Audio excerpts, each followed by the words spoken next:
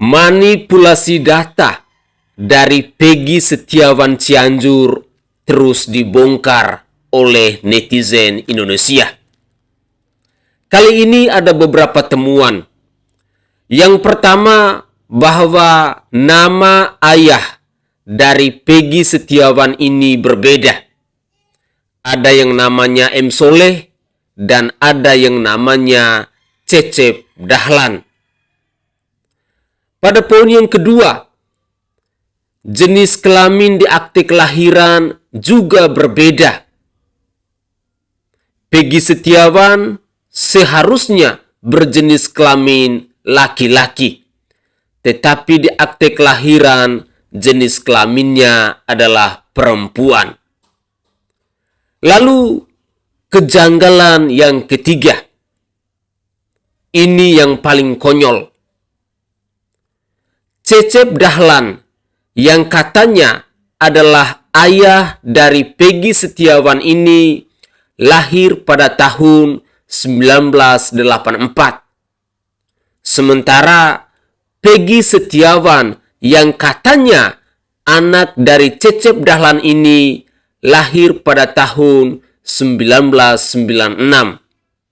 Artinya bahwa di usia 12 tahun, Bapak Cecep Dahlan ini sudah punya anak yang bernama Peggy Setiawan. Apakah ini masuk di akal? Inilah yang namanya kebohongan pasti akan tercium juga. Kebenaran itu pasti akan mencari jalannya sendiri. Untuk lebih jelasnya, saya ingin mengajak pemirsa sekalian, mari kita simak cuplikan video berikut ini. Ini data ya. Iya. Ini data siswa-siswi ya Pak ya. Jadi namanya buku induk murid. Murid, iya. Jadi semua siswa-siswi yang sudah alumni itu ada di sini ya. Ada Semua ya Pak ya. Oke, aku boleh cek ya Pak ya. Iya, boleh. Oke. Ini tadi maaf Pak, di sebelah mana Pak datanya Pak? Peggy. Tolong dibantu Pak. Nah ini. Oke, Peggy baik ya. Setiawan. Nama Peggy Setiawan. Oke. 19 September 1996 Cianjur. Iya, iya. Ini Pak, kenapa ya Pak? Kok tidak ada foto Pak? Oh gitu ya.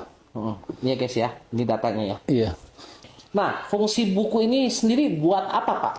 Itu sebagai bukti ya, sebagai bukti daripada siswa-siswi kita yang lulus.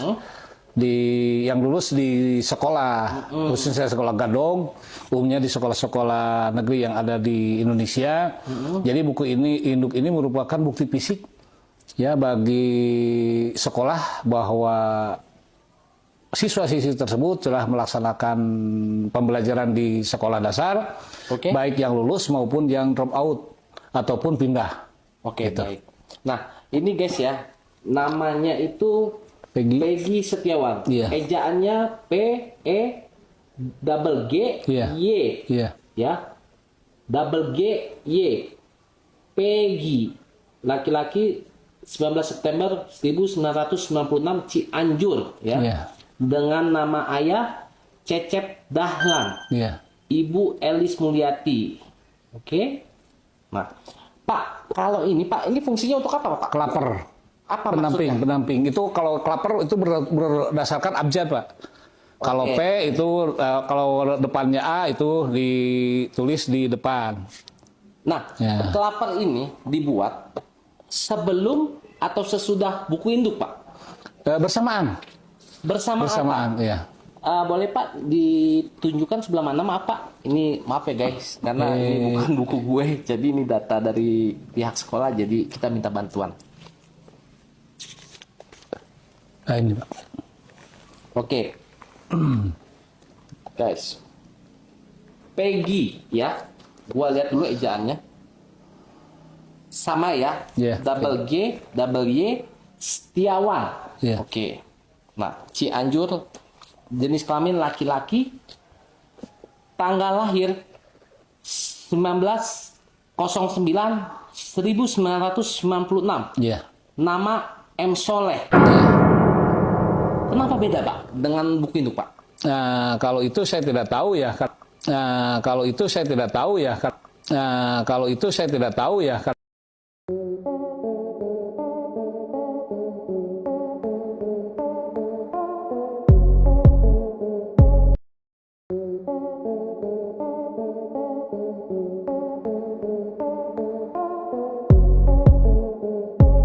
Kemarin kalau malam ngojek tapi nggak punya motor. Sekarang nama wali muridnya M. Soleh bukan Pak Cecep. Hayo lo. Peggy ya. Gua lihat dulu ejaannya.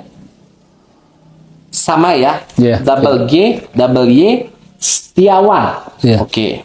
Nah, Cianjur, jenis kelamin laki-laki, tanggal lahir 1909-1996. Iya. Nama M. Soleh. Iya. Kenapa beda Pak dengan buku itu Pak? Oke, maaf Pak, punten Pak. Tapi di sini ada penjelasannya nama orang Iya, tua lu Pak. iya, nama orang tua atau Ini bakal rame lagi nih guys. Tahu kan Peggy Setiawan Cianjur? Jadi ada salah satu channel YouTube yang ngunjungin sekolahnya dulu lah ya. Cari fakta nih tentang sekolahnya, sekolah SD ya khususnya ya. Dan tahu nggak sih ternyata datanya beda guys. Dari data ejaan nama, dari data nama orang tua itu beda. Tanggal lahirnya juga beda guys. Ijazah sama data di sekolah itu beda. Oke, dari nama ejaannya aja udah beda. Kalau yang dari sekolah itu double G, belakangnya Y. Jadi PEGGY gitu, Peggy Setiawan. Tapi kalau di ijazah yang tanpa foto itu biasa PEGI. Itu satu guys. Kemudian dari nama orang tua, ternyata nama orang tuanya M. Soleh, bukan Pak Cecep. Gimana dong? Dan yang ketiga, itu tanggal lahirnya, tahun lahirnya bukan 97 tapi 96, di ijazahnya 97 ya. Ya infonya sih katanya dulu waktu sekolah dititipkan, jadi walinya itu M. Soleh bukan Pak Cecep, karena dia dititipkan menurut informasi di channel YouTube tersebut ya guys. Tapi nggak tahu gimana benarnya, atau mungkin karena di sekolah itu ada yang namanya Peggy, jadi akhirnya dipilihlah sekolah itu untuk buat ijazahnya gitu kan, karena tahu di dalamnya ada nama Peggy. Tapi entahlah, itu cuma pendapat aja ya, cuma kayaknya mungkin ya, dan belum pasti juga gitu kan. Tapi yang aneh itu nama bapaknya itu M. Soleh dan tahun lahirnya itu tahun 96. Kok di ijazahnya 97 gitu kan. Kalau misalkan emang didaftarin 96 pasti ijazahnya 96, laportnya pun 96, bukan 97 gitu kan. Di ijazah juga kan nama orang tuanya tertera tuh, Cecep D. Setiawan gitu kan. Tapi kok data di sekolah itu kok M. Soleh gitu kan. Hah? Nah ini tuh yang benar yang mana? Namanya juga, namanya ejaannya apa? Peggy atau Peggy gitu kan, pakai Y, double G pakai Y gitu kan. Menurut kalian gimana? Hah? Coba ditelaah deh. Dah gitu aja. Karena nikahnya tidak pakai surat, akta kelahirannya gimana? Ada. Dicantum, kalau akta kelahiran tanpa surat nikah kan hanya dicantumin nama ibunya. Kan hanya dicantumkan nama ibunya biasanya. Dan memang begitu, kalau ada surat nikah dicantumkan ayah dan ibunya. Kalau tidak ada surat nikah, yang dicantumkan hanya nama ibunya, biasanya begitu. Ini akte kelahiran anak ke 1. Nah, eta apa anu jadi eta teh kan teu etanya tinggal di awal. Oh, ini yang jadi rame. Yang jadi rame itu adalah anak ke 1 perempuan. Nah, eta dari Cecep. Aduh, itu salah ngetik sih namanya banyak. Ya, di ditu. Oh, anak laki disebut. Dulu kan anak Peggy Setiawan. Udah kalau perempuan Peggy Setiawati. Gimana menurut kalian? Apa kalian masih curiga dengan Peggy Cianjur? Tulis di kolom komentar. Anak Pak Cecep itu bang, ya itu kan diakuin. Sebenarnya itu dititipin. Pak Cecep itu supirnya Pak Sunjaya. Pak Cecep itu supirnya Pak Sunjaya. Pak Cecep itu supirnya Pak Sunjaya. Pak Cecep itu supirnya Pak Sunjaya. Kalau Peggy Setiawan itu nggak punya motor, terus dia tukang ngojek, terus ngojeknya pakai motor apa, ya? Gitu loh. Pak Sunjaya aja punya moge, ya kan, rumahnya mewah. Terus Peggy aja hidupnya enak, ya, hidup mewah. Assalamualaikum warahmatullahi wabarakatuh. Salam Om Swastiastu, Namo Buddhaya, salam kebajikan dan salam sejahtera untuk kita semua.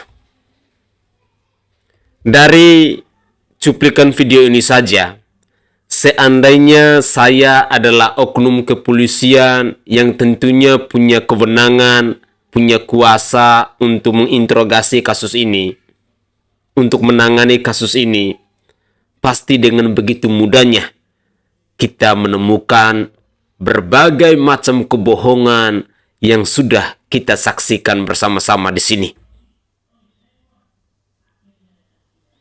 Terus terang, serapi apapun kita menyimpan atau menyembunyikan yang namanya kebohongan, yang namanya bangke, itu pasti akan ketahuan juga. Pasti akan tercium juga. Pepatah yang mengatakan bahwa sepandai-pandainya tupai melompat, pasti akan jatuh juga, itu memang fakta. Dari cuplikan video ini sebenarnya kebohongan apa lagi? Manipulasi data yang dilakukan secara masif. Kembali lagi, kalau oknum kepolisian mau jeli dan mereka memang benar-benar serius mau menangani kasus pembunuhan Vina ini, saya rasa dari cuplikan-cuplikan video Kang Deddy Mulyadi atau cuplikan-cuplikan video dari Opa dan Obet yang mereka lakukan interogasi ke pihak sekolah itu, pasti dengan mudah untuk mendapatkannya. Apa sih susahnya? Dari cuplikan-cuplikan, dari keterangan-keterangan, dari pernyataan-pernyataan mereka ini saja sudah tidak nyambung. Akte kelahiran, jenis kelaminnya perempuan. Nama ayah juga sudah berbeda. Di buku induknya Cecep Dahlan, di klepernya M. Soleh. Yang benar yang mana? Selain itu, apa iya si Cecep Dahlan ini di usia 12 tahun dia sudah punya anak yang bernama Peggy Setiawan ini?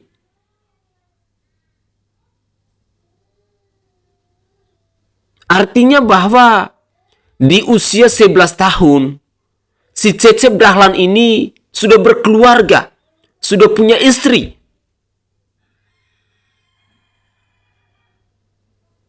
Terus terang, inilah manipulasi data yang penuh dengan kedunguan, yang penuh dengan kebodohan, yang pada akhirnya mengungkap aibnya sendiri, mengungkap kebenarannya itu sendiri.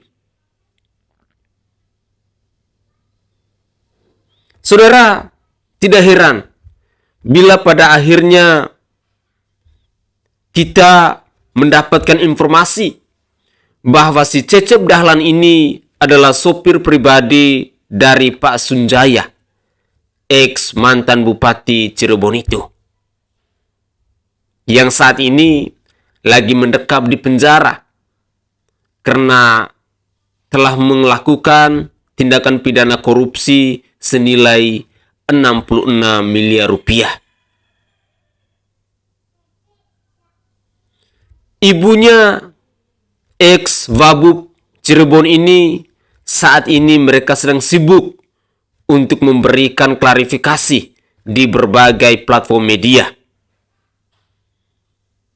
Ada kepanikan yang terpampang jelas di wajah mereka yang begitu luar biasa. Saya secara pribadi kembali lagi pada keyakinan saya bahwa yang namanya kebohongan pasti akan terungkap juga. Karena percaya atau tidak percaya, yakin ataupun tidak yakin, yang namanya kebenaran itu, dia pasti akan mencari jalannya sendiri. Sehebat apapun kita, seprofesionalitas apapun kita, pasti tidak bisa kita lawan, tidak bisa kita pungkiri bahwa yang namanya kebenaran, dia akan mencari jalannya sendiri. Mari kita lanjutkan lagi.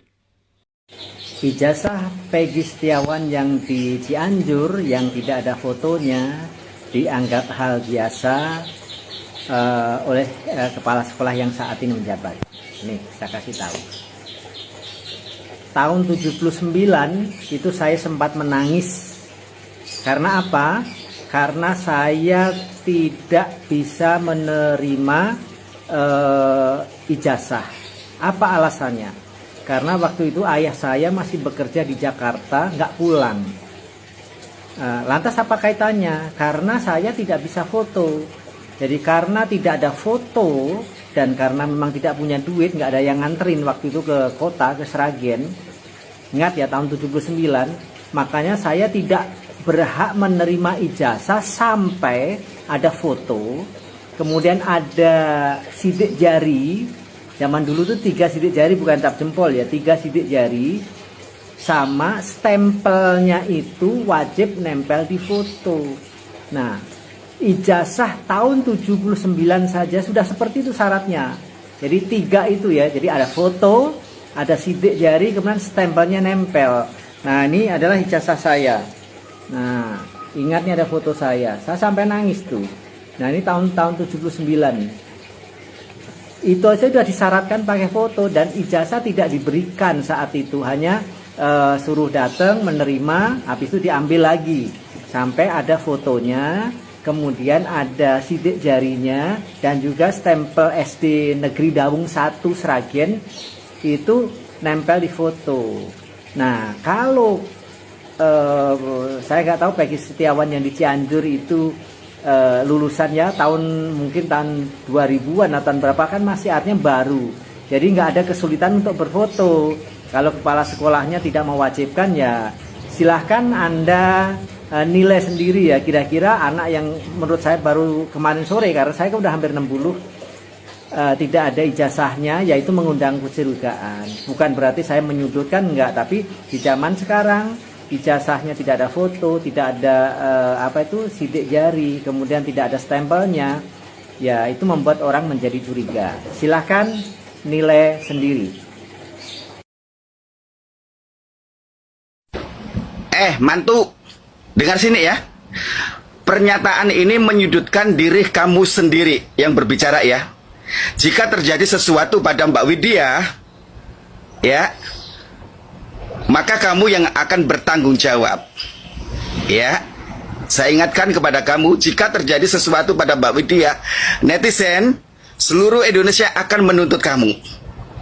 Jika Mbak Widya tidak ada, jajaran kepolisian pasti akan menuntut kamu. Dan jika jajaran kepolisian terlibat, Mbak Widya tidak ada, maka seluruh Indonesia akan menuntut juga.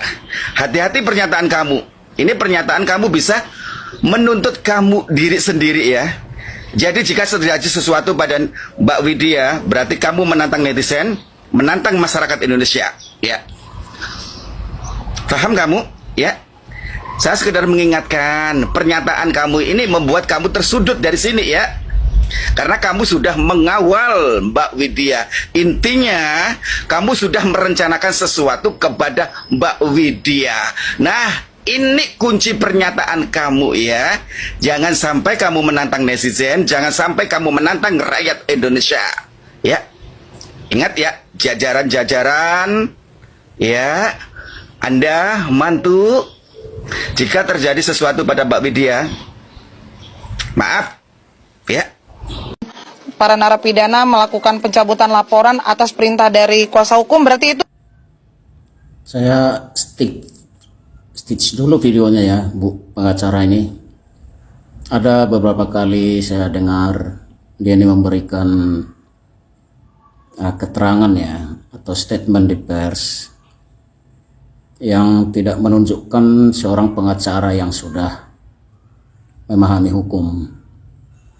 Pertama, dia ini pernah memberikan statement di media dengan statement kira-kira seperti ini. Peggy Setiawan terbukti jadi dalang pelaku pembunuhan Vina. Nah, di sini ini ibu pengacara ini tidak ngerti apa yang dimaksud dengan azas praduga tidak bersalah, dan dia dalam kapasitas tersebut sudah seperti hakim, sudah menghukum tersangka, ya. Itu yang pertama, itu kelihatan dia tidak memahami prinsip-prinsip yang paling esensi atau dasar-dasar ilmu hukum pidana. Nah, yang kedua, di video ini juga dia menyebutkan pencabutan laporan disebutkan, padahal tidak, bukan laporan, tapi berita acara, ya, keterangan dalam berita acara penyidikan sebenarnya. Oke, itu pun dia menunjukkan ketidakpahamannya tentang dasar-dasar atau ya pengantar hukum pidana tentunya.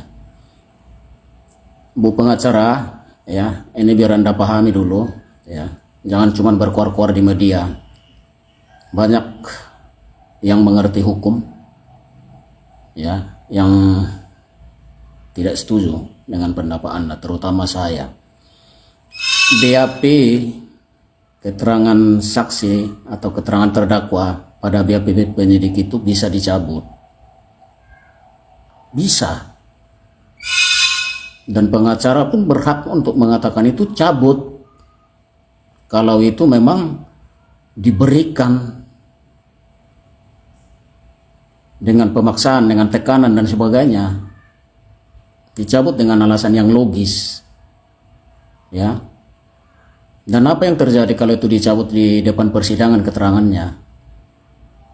Nah, keterangan yang disampaikan di persidangan itulah yang menjadi bukti, bukan yang di BAP lagi, ya. Coba baca itu pasal 189 ayat 1 KUHP, ya, 185, 163 KUHP. Biar Anda paham dan mengerti dasar-dasar hukum pidana. Oke. Saudaraku sebangsa dan setanah air, selama ini memang saya merasa bingung dengan lawyer atau pengacara yang bernama Mbak Putri ini. Kebingungan itu mulai tampak semenjak ketika dia dikecam oleh Mbak Widya.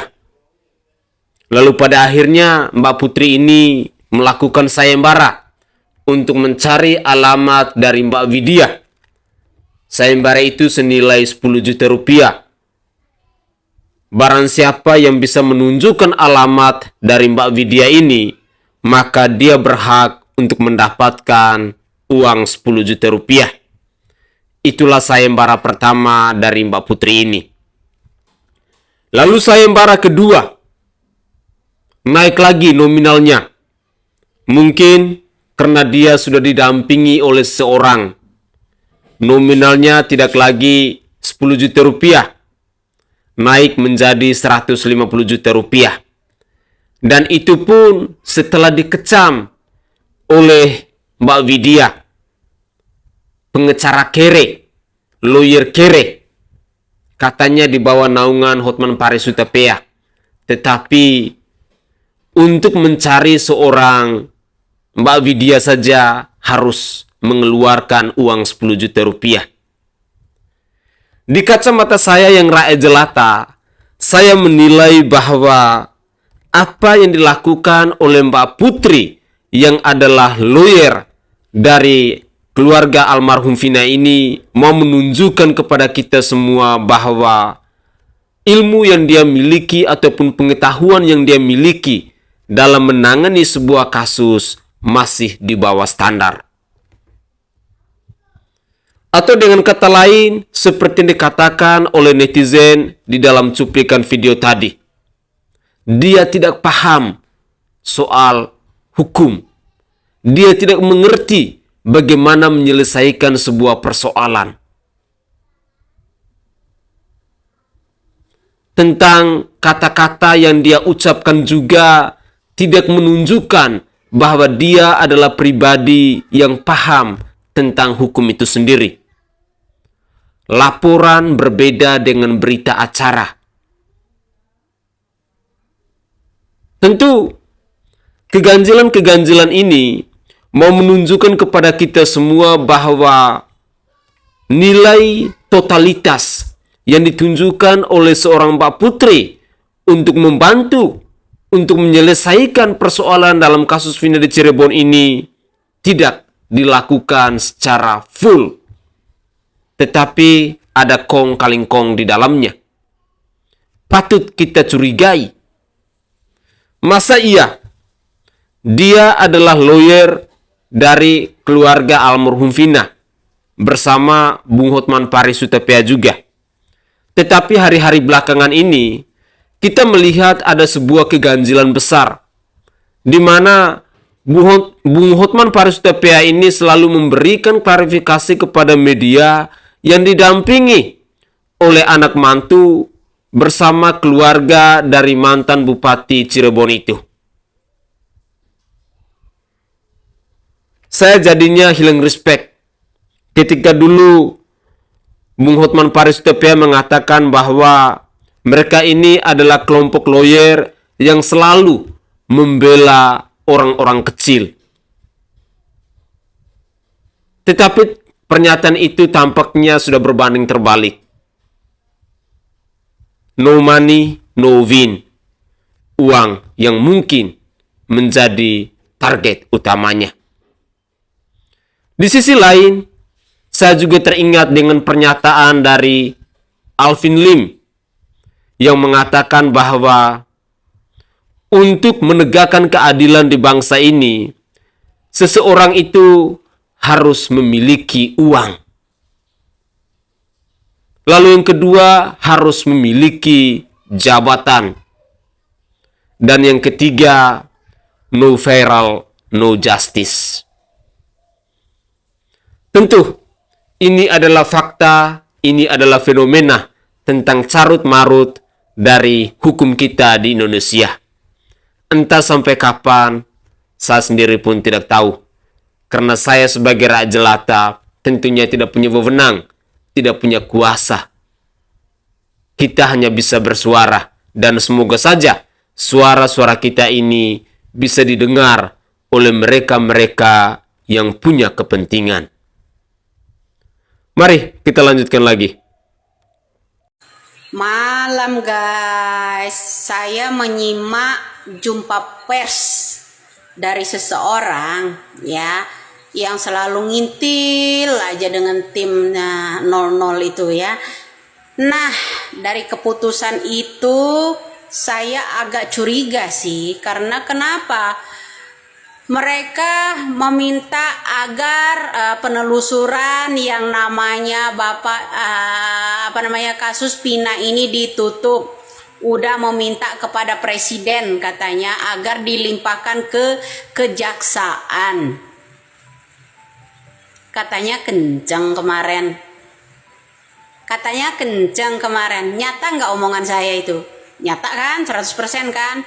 Ada apa gitu loh setelah Bapak Deddy Mulyadi itu mengungkap semua fakta-fakta ini, penelusuran pertama nih, penelusuran ke Bapak Cecep nikah di bawah tangan katanya. Dijawab sama Bapak Deddy, kenapa nggak nikah di bawah kasur, umurnya 12 tahun. Makanya saya bilang kemarin geng motor ya, yang moneker apa tuh ya katanya ya, sama makanya saya bilang geng motor kok bisa Pak Cecep sama yang namanya Peggy Setiawan itu gede bareng gitu. Oh ternyata dia nikahnya umur 12 tahun bro ya Pak Cecepnya, setelah ditelusuri yang namanya Bapak Deddy Mulyadi kemarin. Ada yang percaya kira-kira ada orang laki-laki menikah umurnya 12 tahun habis sunat kali ya. Nah itu satu. Nah, kedua ucapan kemarin saya bilang kalian itu ada seseorang kemarin yang saya colek ya mengenai pengacara, apakah Anda itu pengacara Linda atau pengacara Pina. Nah, sekarang kok saya bilang kita jangan tertipu juga dengan yang namanya keluarga Pina. Kok makin dekat sama yang pengacara pansos itu, ya kan? Nah, itu yang membuat saya aneh, terbukti kan? Nah, kedua, kenapa miliarder pengacara itu kendor? Kata saya, ada apa? Tadinya teriak-teriak kencang sekencang sampai ke langit ketujuh, jangan menghalang-halangi. Sekarang kendor. Malah di akhir penutup perkataan tersebut bilang begini, bro. Kami memutuskan menutup penelusuran kasus Pina karena kami meminta kepada Presiden agar kasus ini dilimpahkan ke kejaksaan. Ada apa di balik semua ini? Apakah karena penelusuran titik terang dari Deddy Mulyadi banyak drakor-drakornya atau gimana ya? Apa sayembara mantili ini? Aduh, kocak deh guys ya. Ada orang yang silaturahmi kemarin ya, pengen lihat ketawa saya asli ya. Jadi ya biar ini juga, makanya saya bilang ada sayembara mantili ya. Sayembara mantili ini bro ya, jaka sembung bawa golok jadinya ya begitu. Tadinya ngomong sekencang-kencang langit, sekarang mengundurkan diri ya kan, menutup pengusutan yang namanya kasus Pina dengan alasan supaya tidak gaduh, supaya tidak gaduh ya. Dibuat tidak gaduh karena banyak drakornya, kata Bapak Jokowi. Banyak drakornya, anak-anak mafia dilindungi ya tah. Setelah Bapak Deddy Mulyadi ya berkunjung ke sana kemari ya, semakin akan ada titik terang mengundurkan diri. Wow keren. Wow keren. Pengacara katanya bilang kami kendorlah. Tuh kenyataan tuh 1000%, bukan 100% lagi ucapan saya. Ya, saya tahu ada apa di balik ini semua kalian. Udah dapat transferannya 7 miliar. Iya. Iya kan? Dapat kan? Ya. Dapat kan dari keluarga drakor kan? Transfernya, makanya tutup. Pantesan itu sayembaranya naik. Besok sayembaranya mencapai 500 juta juga itu besok. Ditutup bro kasus yang namanya penelusuran untuk kasus Pina, pengacara hebat itu dan timnya itu ya, yang si Tompel itu menutup itu. Nah akhirnya apa? Siapa yang dicari? Widya. Kasus Widya apa? Kasus Tompel.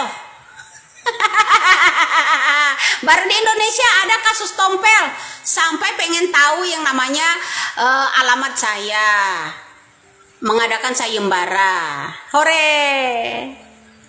Terus dia yang pertama nyenggol, bilang saya yang menghalangi dia. Disenggol nggak mau, nyubit orang mau, ya kan? Disenggol nggak mau, nyubit mau, ya kan? Nah begitulah bro, kira-kira dia nyenggol pribadi kita, disenggol nggak mau ya banting juga, karena drakor dari suami, kasus kematian suaminya aja dia aja nggak bisa tuntaskan, apalagi kasus Pina melibatkan jenderal-jenderal. Terlalu tinggi hak sepatunya kali ya, gampang kepleset. Makanya tuh lihat timnya bersama yang namanya miliarder ya, sekarang menutup kasus tersebut ya, saudara-saudari, menutup kasus tersebut ya. Kemarin dia bicara lantang, katanya dia meminta Bapak Jokowi agar tidak terjadinya gaduh. Apakah tidak terjadinya gaduh itu sebaliknya? Takut terbongkar ya kan, malu sebagai pengacaranya tah. Ya ndak, ngaku aja loh. Dikit-dikit teriak mak lampir, mulut comberan. Sepiteng emang. Satu kata untuk kamu Ibu Widya. Walaupun kamu tahu atau Deddy atau siapa yang tahu tentang misteri di belakang kasus Pina, emang kau bisa apa? Emang Hotman bisa apa? Yang bisa itu kan harus lembaga resmi atau aparat resmi. Makanya Hotman mengatakan, mengusulkan bentuk tim pencari fakta, karena saya tahu kalau mengandalkan jalur pro justisia maka hasilnya hanya terkait dengan persidangan vonis atas Peggy nantinya. Misteri sebenarnya tidak akan terkuak. Jadi kalaupun kamu tahu, Dedi tahu, si nenek apapun tahu, lo nggak bisa apa-apa. Orang juga udah tahu ada yang salah dalam kasus ini dari awal. Semua udah tahu. Emang lu udah tahu bisa apa? Nggak bisa kan? Makanya saya mengatakan bentuk tim pencari fakta. Nanti hasilnya diserahkan ke penyidik. Jangan sok gaya terus di medsos. Mene. Emang lu bisa apa sih? Cuma ngomong kayak tante cerewet aja di video, ya? Lu mau ngomong apapun, sekalipun lu tahu faktanya, lu nggak bisa apa-apa. Kita nggak bisa apa-apa. Swasta ini harus secara resmi, secara formal ditindaklanjuti. Bentuk tim pencari fakta. Ibu Widya, bacotnya tolong diarahkan ke lembaga resmi pemerintah. Bacotnya diarahkan ke Komisi 3 DPR agar ikut bersuara tentang penegakan hukum. Bacotmu juga diarahkan kepada Menko Polhukam agar Menko Polhukam juga kasih perhatian atas kasus ini. Bacotmu tolong diarahkan ke Pak Jokowi agar Pak Jokowi segera bentuk tim pencari fakta. Tanpa itu, bacotmu itu nggak ada gunanya ngomong tiap hari di medsos hanya untuk mencari follower, ya. Harus ada jalur resmi, ya. Tanpa itu misteri Vina ini tidak akan terbongkar. Sekarang ini targetnya hanya satu, untuk memuaskan masyarakat, ya. Adili Peggy divonis, pasti kasusnya selesai. Yang 2 DPO akan menjadi hilang begitu saja, tidak ada akhirnya cerita itu. Sekaranglah waktunya. Kamu jangan berkritik orang melulu, arahkan ke lembaga yang berwenang.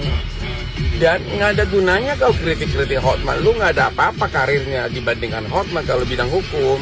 You are nothing. Oke? Ya, karena saya tahu something wrong. Makanya keadilan sekarang di tangan Pak Jokowi. Bung Hotman Paris Hutapea, karena saya tahu something wrong, makanya saya alihkan ke Pak Jokowi.